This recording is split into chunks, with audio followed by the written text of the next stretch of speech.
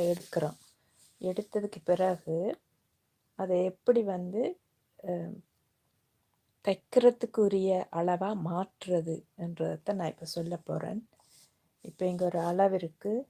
உடல்ல இருந்து செஸ்ட் அந்த மார்பு சுற்றளவு 35 அப்படி இருந்தால், ஒரு ஆளுக்கு 35 அங்குலமாக இருந்தால், இதை எப்படி தைக்கிற துணியில் அளவெடுக்கிறது அப்படின்ட்டு சொல்கிறேன். இந்த 35 4ஆல் வகுக்க வேணும். 4ஆல் வகுத்தா எவ்வளோ வரும்? 8.25 வரும். 8.25 அங்குலம்.